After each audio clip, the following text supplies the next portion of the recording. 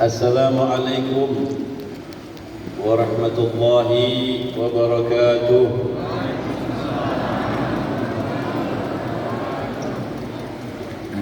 Alhamdulillah, alhamdulillahi rabbil alamin. Nahmaduhu wa nasta'inuhu wa nastaghfiruh.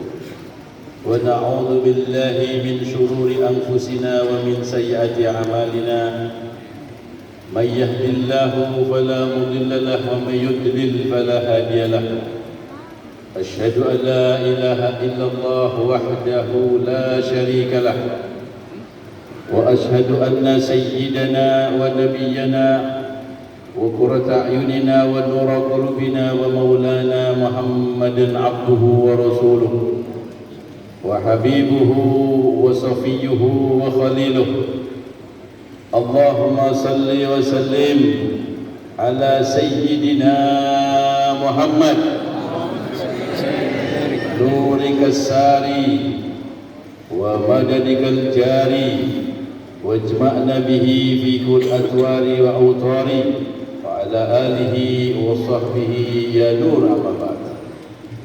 Yang saya hormati para alim ulama, para kiai, para pejabat pemerintah, dan juga takmir masjid di KM Masjid Agung Sultan Haji Muhammad Sulaiman yang saya hormati, wabil khusus Bapak Bupati Kutai Kartanegara atau yang mewakilinya, para tokoh-tokoh masyarakat, hadirin wal hadirat, muslimin wal muslimat rahimakumullah.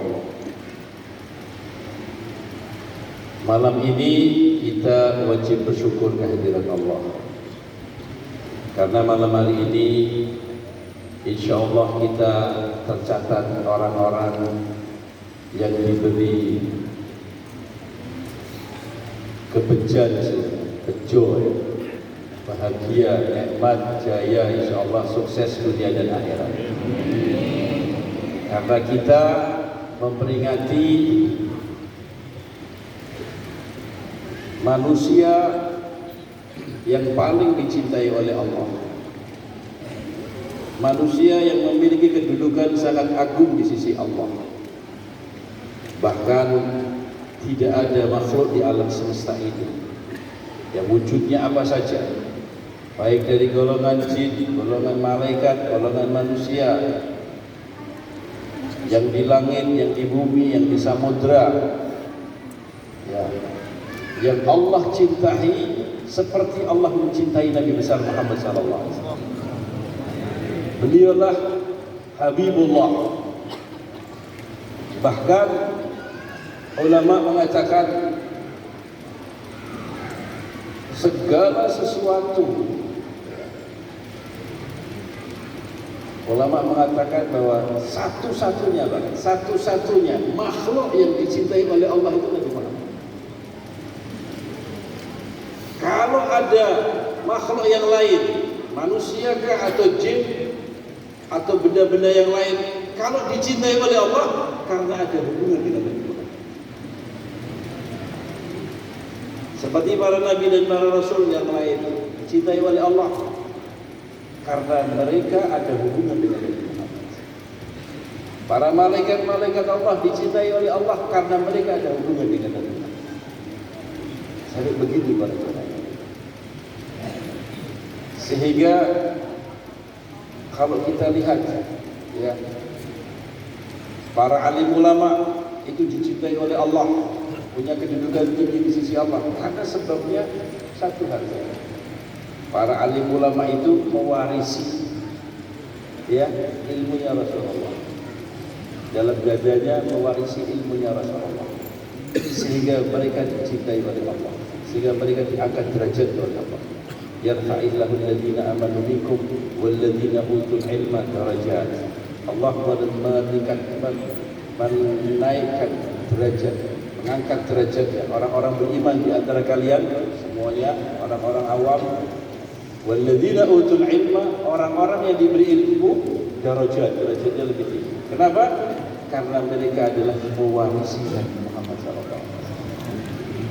Sahabat-sahabat Rasulullah SAW orang yang mulia.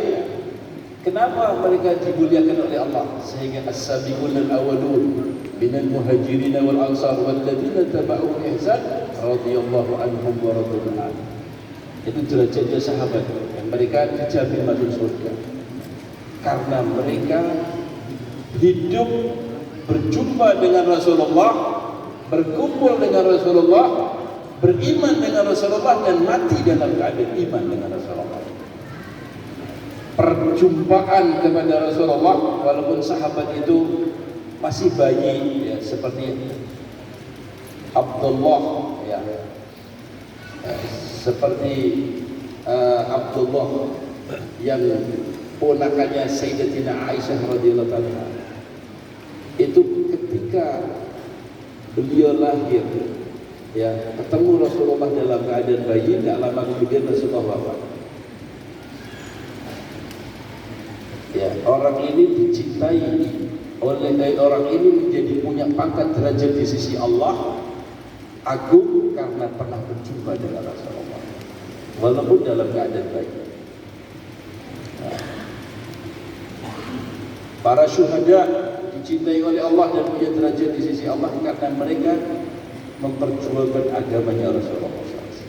Kita ini umatnya Rasulullah menjadi umat yang terbaik dibandingkan dengan umat-umat yang terdahulu, sehingga Allah berfirman, kuntum khaira ummah ukhrijat linnas ta'muruna bil ma'rufi wa tanhauna 'anil munkar wa tu'minuna billah. Karena kita ini adalah umatnya baginda Nabi besar Muhammad sallallahu alaihi wasallam. Benda-benda pada zaman mulia, benda-benda ini tadi saya ceritakan manusia. Benda-benda itu banyak benda-benda yang diangkat derajatnya oleh Allah dari benda-benda yang lain karena ada hubungannya dengan Nabi Muhammad SAW. Contoh Hajar Aswad. Kita kalau naik haji atau umrah, salah satu cita-cita kita ketika kita berada di Ka'bah itu mencium Hajar Aswad. Betul tak bapak-bapak ibu? Kapan ya saya bisa mencium Hajar Aswad? Atau paling tidak kapan ya saya bisa menyentuh Hajar Aswad kemudian mencium tangan saya yang menyentuhnya? Sebabnya cuma satu saja bapak-bapak ibu. Apa? Karena Rasulullah pernah mencium Hajar Aswad. Cincin Rasulullah yang mulia, hidung Rasulullah yang mulia pernah ditempelkan ke Hajar Aswad. Dari itu Hajar Aswad naik pangkat. Semua manusia jagat raya ini kalau datang ke sana ingin menempelkan hidungnya juga dan mulutnya di tempat yang pernah ditempeli Rasulullah SAW. Begitu para jemaah. Kemudian tanah yang paling mulia. Ya, ini ulama yang mengatakan tanah yang paling mulia bukan tanah yang apa? Bukan Ka'bah. Tanah yang paling mulia menurut para alim ulama adalah tanah yang di dalamnya bersemayam jasadnya Rasulullah SAW. Allahumma shalli wa sallim wa barik alaihi. Rasulullah dikebumikan, ya, yang menempel dengan jasadnya Rasulullah secara langsung.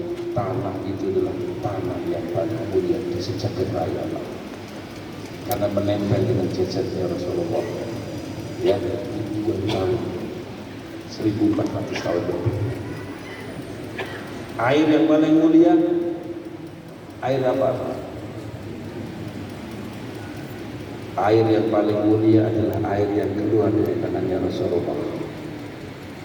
Kadang dalam satu perjalanan Rasulullah pernah bersama 1.500 sahabat kehabisan persediaan air. Rasulullah minta, adakah yang memiliki sisa-sisa air? Maka ada beberapa sahabat yang memiliki sedikit saja sisa air. Maka Rasulullah mengatakan, kumpulkan tandon-tandon air, bekal-bekal kalian yang untuk namanya kirbah. Namanya kirbah itu tempat air dalam perjalanan. Kemudian Rasulullah ya mencucurkan, meletakkan air itu dalam satu tempayan, masukkan tangan Rasulullah di air yang tersisa tadi, keluarlah air dari sela-sela jarinya Rasulullah yang deras ya. Kemudian melomber, kemudian tempat kirbah tadi itu diisi sama sahabat-sahabat Rasulullah sampai penuh semuanya. Kemudian seluruh minum semuanya. 1.500 orang minum dengan kekenyangan. Dan tempat-tempatnya tandon air tadi itu penuh semuanya. Air itulah air yang paling mulia sejagat raya, karena keluar dari tubuh Rasulullah secara langsung. Nomor 2, air yang paling mulia adalah air Zam-Zam. Air Zam-Zam mengalahkan dengan air yang ada di Telaga Kautsar. Padahal air yang ada di Telaga Kautsar itu, apabila kita nanti di akhirat diminumi dari Telaga Kautsar, maka la yadma'u ba'daha abada. Kita tidak akan haus selama-lamanya. Air itu lebih manis daripada madu, lebih putih daripada susu, dan lebih segar daripada air yang alban, dengan air yang tawar. Tapi itu air yang di Telaga Kautsar kalah dengan air Zam-Zam. Sebabnya apa? Sebabnya Rasulullah pernah mandi 2 kali di sumur Zam-Zam. Jadi ketika Rasulullah umur 2 tahun, Rasulullah dimandikan malaikat Jibril, malaikat Mikail ke dalam sumur Zam-Zam. Yang kedua, ketika Rasulullah mau Mi'raj ya, dari Masjidil Haram ke Masjidil Aqsa, Rasulullah dimandikan dulu ke dalam air Zam-Zam. Dan ketiga, Rasulullah pernah menduga ke dalam air Zam-Zam untuk kita, supaya kita dapat barokah. Karena menempel jasadnya Rasulullah itulah sehingga air Zam-Zam naik pangkat mengalahkan Telaga Kautsar. Ini para jemaah yang mulia, semua yang ada hubungannya dengan Nabi Muhammad pasti akan dimuliakan oleh Allah Subhanahu wa taala. Dan semuanya yang jauh dengan Nabi Muhammad SAW akan dihinakan oleh Allah Subhanahu wa taala. Untuk itu, para jemaah yang mulia, saat ini kita bergembira. Malam ini kita bergembira memperingati hari kelahiran Nabi besar Muhammad sallallahu alaihi wasallam. Mudah-mudahan dengan gembira kita menyambut kelahiran beliau ini, kita dianggap oleh Allah Subhanahu wa taala ya, atau disambungkan oleh Allah Subhanahu wa taala kepada junjungan kita Nabi sallallahu alaihi wasallam, sehingga dengan sambungan itulah kita mudah-mudahan diselamatkan oleh Allah, mendapatkan syafaat ya Rasulullah SAW di dunia ini sampai dengan di akhirat nanti. Amin ya rabbal alamin. Para jamaah yang mulia, fahamilah, tidak ada manusia atau makhluk sejagat raya ini yang sayang dengan kita, yang cinta dengan kita, melebihi sayangnya Rasulullah dan cinta Rasulullah pada diri kita. Kita terasa tidak kira-kira mencintai Rasulullah? Kita faham tidak bahwa kita ini disayangi sama Nabi Sallallahu Alaihi Wasallam?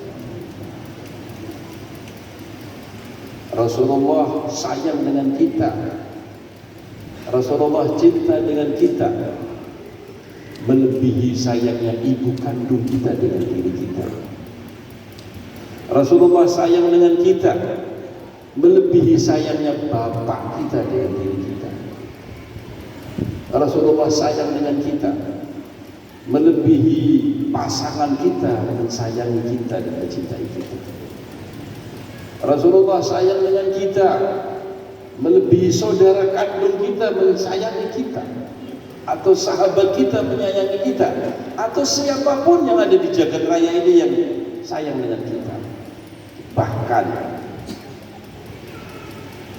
Rasulullah sayang dengan kita melebihi sayangnya diri kita pada diri kita sendiri. Siapa yang bilang itu? Allah. Allah berfirman dalam Al-Quran, An-Nabiyyu awla bil mu'minina min anfusihim wa azwajuhu ummahatuhum. Nabi itu lebih sayang kepada orang-orang yang beriman, lebih melindungi kepada orang-orang beriman, lebih perhatian kepada orang-orang yang beriman, lebih care kepada orang beriman, melebihi orang beriman itu melindungi, memperhatikan, menyayangi pada diri mereka sendiri. An-Nabi aula bil mu'minina min anfusihim, dari mereka sendiri. Wa azwajuhu, dan istri-istri beliau, ummahatuhum, ibu-ibu mereka, ibu kita semua, ummahatul mu'minin. Korelasi bahwa istri-istri Rasulullah adalah ibu kita sebagai ibu rohani. Nabi Muhammad adalah bapak rohani kita. Dan di situ Allah kasih sifat bapak rohani kita, Nabi SAW, aula bil mu'minin, lebih sayang pada kita, lebih perhatian dengan kita, lebih mencintai kita, lebih melindungi kita daripada kita melindungi diri kita sendiri dan menyayangi diri kita sendiri. Kebanyakan orang itu malah mencelakakan dirinya sendiri. Dengan apa? Dengan dosa. Karena mengikuti hawa nafsunya sehingga dia mencelakakan dirinya sendiri. Sedang Rasulullah sayang dengan kita, membawa kita ke dalam surga, menjaga kita dari neraka, membawa kita dalam surga. Manusia kita yang terpengaruh dengan kondisi alam dan kondisi situasi ini, kita kadang-kadang mencelakakan kita sendiri. Karena apa? Hawa nafsu. Ya seperti orang dirinya gulanya sudah tinggi sekali, tapi hawa nafsunya tidak bisa ditekan. Ketika lihat cake yang enak sekali, tidak kuat saya kalau lihat ini, tidak kuat. Kalau di sini apa namanya, kue 8 jam, tidak kuat kalau lihat kue. Akhirnya dia makan padahal gulanya tinggi. Dia mencelakakan dirinya sendiri, dia tidak tahan menahan. Bapak-bapak ini sudah mengis-mengis, batuk-batuk. Dokter bilang ini Pak, rokoknya dikurangi. Tapi begitu lihat rokok tidak kuat, dia celakakan dirinya. Nabi Muhammad sayang daripada kita, melebihi daripada diri kita. Kadang-kadang kita trigger pada diri kita sendiri. Ya, begitulah bapak-bapak ibu-ibu sekalian. Luar biasanya Nabi Muhammad SAW. Nanti di akhirat, bapak-bapak ibu-ibu sekalian, kita ini lupa dengan ibu kita. Kita ini akan lupa dengan bapak kita. Kita akan lupa dengan istri kita. Kita akan lupa dengan saudara kita. Kita lupa dengan anak-anak kita. Tetapi Nabi kita tidak lupa dengan kita. Yauma yafirul mar'u min akhihi, di hari yang seseorang akan lari dari saudaranya.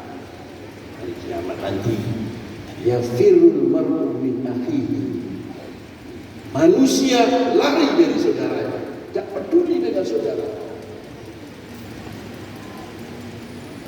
Wa ummihi wa abihi, lari dari ibunya, lari dari ayahnya. Kita lupa dengan ibu kandung kita, ini lupa dia.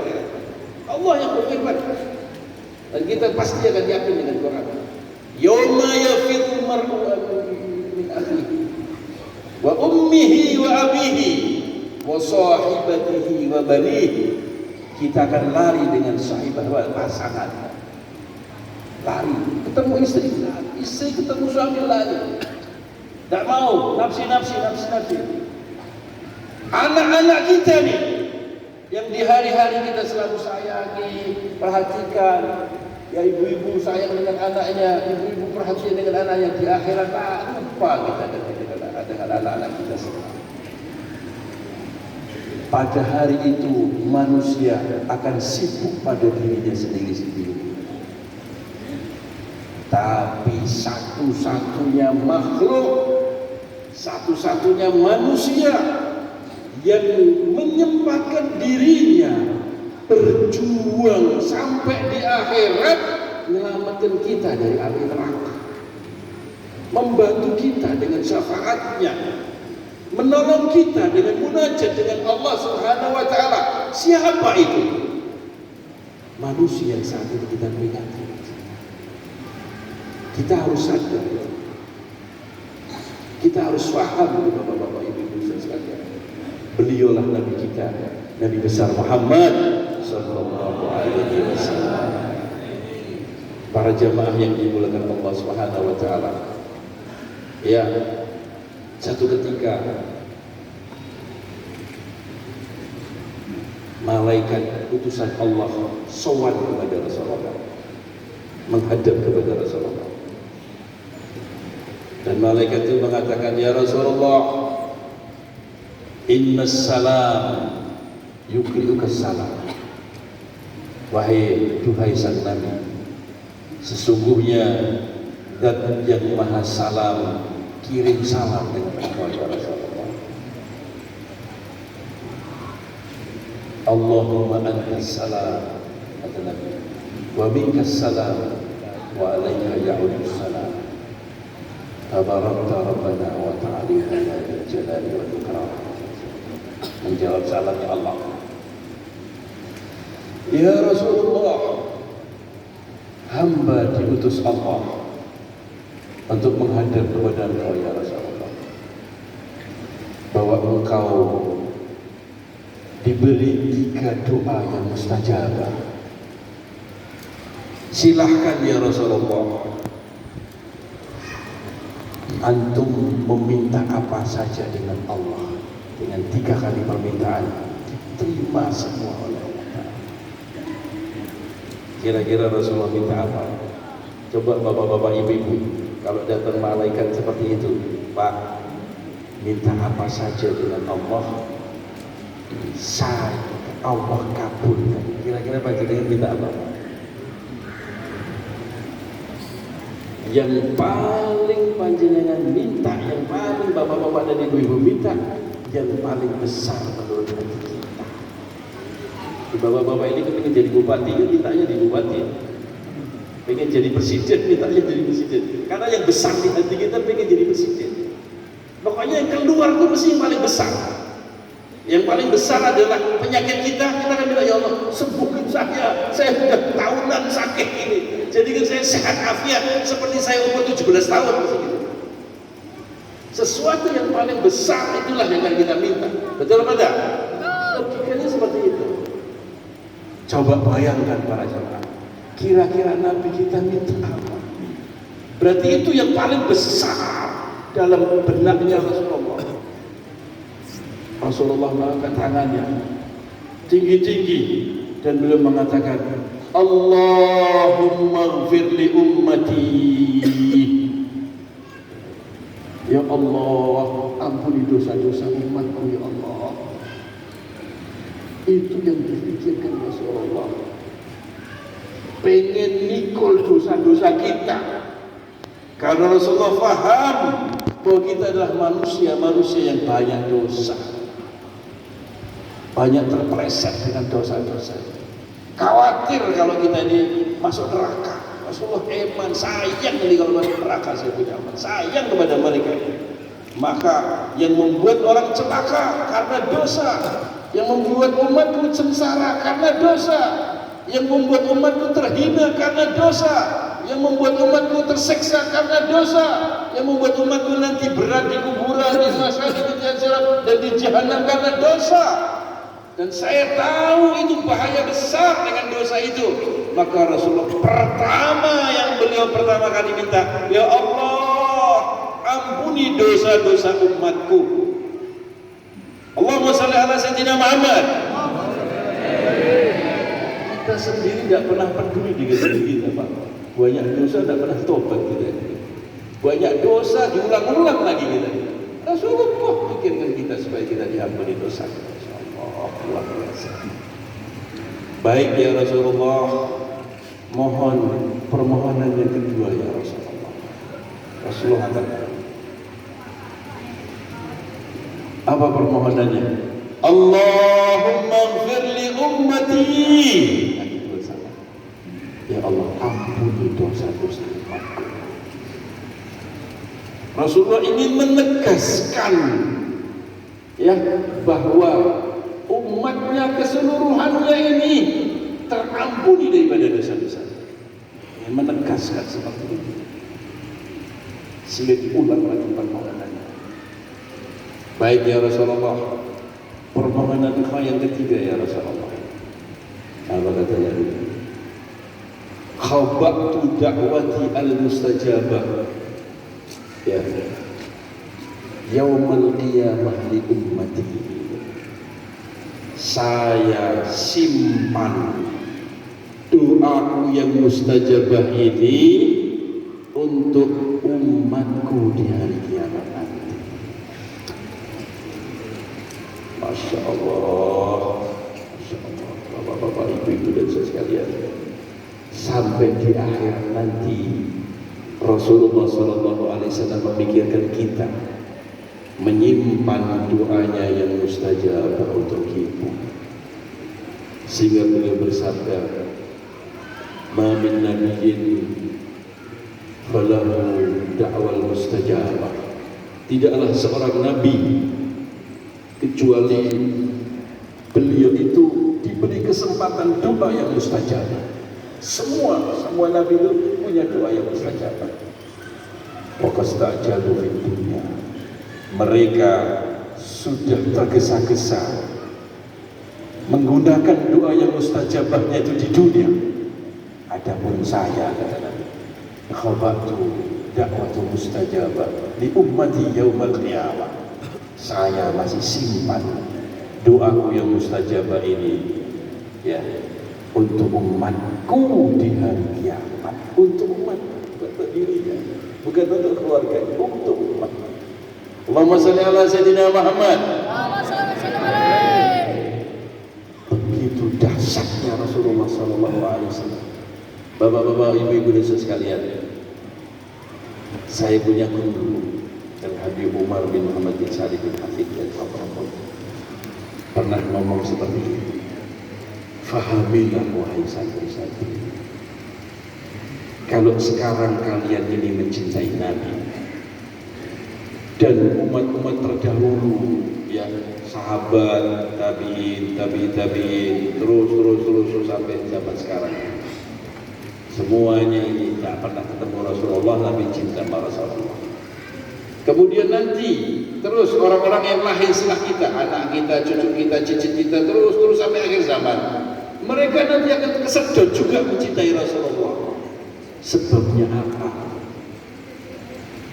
Tetapi kira-kira kamu tahu sebabnya apa? Sebabnya Nabi besar Muhammad SAW lebih mencintai kepada mereka daripada mereka mencintai Nabi. Jadi kekuatan cintanya Rasulullah yang dahsyat itu sampai diri kita yang tidak pernah melihatnya pun kena kesedot mencintainya karena vibrasi cinta beliau. Bahkan makhluk yang bukan manusia itu cinta dengan Rasulullah karena vibrasi dari batin beliau, rohani beliau begitu dahsyat mencintai yang di alam semesta ini daripada makhluk-makhluk. Cinta damai, cinta aman, cinta tentram, cinta kenikmatan, cinta persatuan, cinta keselamatan, itu Rasulullah. Sehingga seluruh makhluk-makhluk ini mencintai beliau karena beliau adalah sumber kedamaian, beliau adalah sumber keamanan, beliau adalah sumber keselamatan, beliau sumber kenikmatan dunia dan akhirat. Ya Rasulullah. Dari Allah Ta'ala, ya, sambungan dari Allah Ta'ala. Bapak Ibu yang mulia, nanti di akhir zaman manusia akan menjadi manusia yang bejat, sehingga hampir akan terjadi kiamat. Apa itu kiamat? Seluruh bintang-bintang yang ada di langit sana, matahari yang ada di langit sana akan jatuh bertabrakan dan menjatuhi bumi. Seluruh samudra yang ada di bumi ini akan meluap dan menghancurkan seluruh daripada tatanan ini. Gunung-gunung itu akan meletus, semuanya meletus, dan tanah-tanah ini akan bangkit seluruhnya dan mengeluarkan dari isi perutnya, hancur seluruhnya itu. Itulah kiamat. Tapi Allah tunda kejadian itu gara-gara apa? Satu orang. Ini Rasulullah. Gara-gara satu orang masih mengingat kalimat Allah dalam lisannya. Di bumi ini sudah rusak semua, manusia bejat semua, ya, ingkar durhaka dengan Allah. Tapi masih ada satu manusia, dia masih ingat di lisannya kalimat lafzul Allah, bahwa ada di alam semesta ini yang namanya Allah, satu-satunya makhluk ini. Allah tunda dulu. Bayangkan para jemaah sekalian, kalau kalimat Allah saja bisa menunda hancurnya langit dan bumi, kiamat, bagaimana salat kita, bagaimana Quran kita, bagaimana sujud kita, bagaimana rukuk kita, bagaimana zakat kita, bagaimana haji kita, bagaimana puasa kita, bagaimana sedekah kita, bagaimana salawat kita, bagaimana zikir kita yang banyak.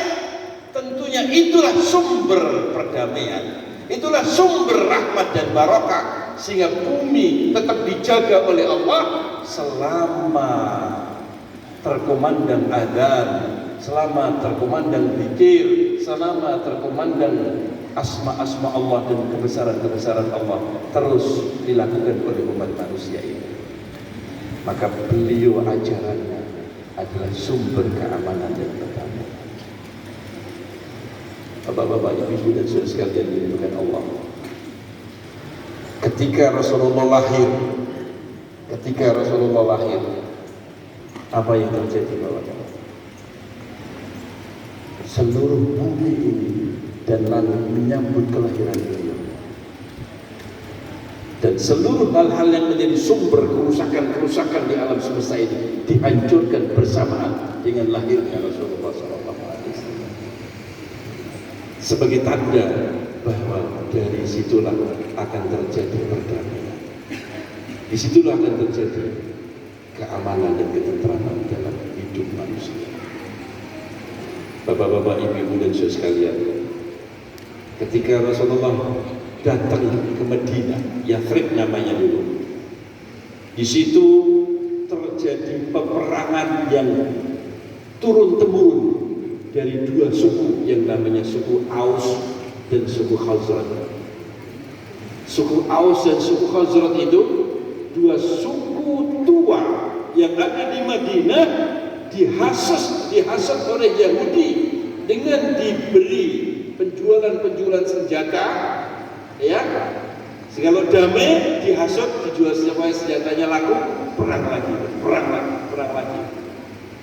Turun menurun itu. Ketika Rasulullah datang pada jamaah yang mulia, maka Rasulullah perdamaikan kepala sukunya, berdamai. Hingga ketika Rasulullah berada di Madinah, mereka saling besanan, bisa saling besanan dan saling bersatu. Itulah yang menjadi sahabat Ansor. Maka sahabat Ansor, kalau jenengan lihat di dalam suku bangsanya, Fulan al-Ausi, Fulan al-Khazraji. Jadi suku Aus dan suku Khazraj, mereka bisa bersatu padu, ya, saling tolong menolong dan bantu-bantu yang beribu-ribu tahun telah perang turun-temurun datangnya Rasulullah. Begitulah mestinya umat Islam, begitu datang di mana-mana membuat damai, membuat tentram, membuat ayat, membuat nikmat di mana saja. Karena itulah misinya junjungan kita Nabi besar Muhammad sallallahu alaihi wasallam. Allahumma shalli ala sayyidina Muhammad. Ini para jamaah yang dimuliakan Allah.